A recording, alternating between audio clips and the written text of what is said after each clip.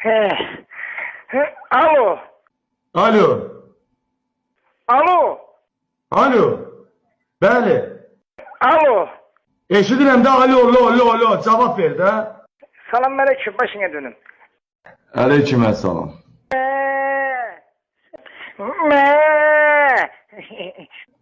Təpəsi bir adam kimi danış görmədiysən. Şərəfsiz köpək oğlu, heyvan köpək oğlu, bir adam kimdən, nə oluysan hə?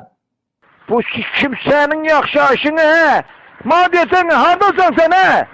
Nə söyüş söyürsən? Mən sana söyüş söyledim, sən bana söyüş söyürsən? Sen ne diyorsun vahşi? Götüm satır benimle söhbət eləmeye. Götün çadır get Gürcistana, keç Azərbaycandan qırağa hə? Gene bağışta çok yemişim. Cındır oğlu cındır, ana arvadının ağzına verim sənin. Nəslinin ağzına verim, göt oğlu göt. Sənin ölümün görünə saflayayım. Uy. Ay bala, ay mesva, özür bu kimdi? Alo. Alo. Nerede bala? Ne olur? Aç kameranı aç, koca qəhbə, aç kameranı. Mavi, ne dedin he? Arvadının qulaqlarından tut ağzına verəcəm ba belə. Ay bala, nenenin amcığı senin ağzına. Senin o inek babası yalayan kim var ha? Seni yalıyaram.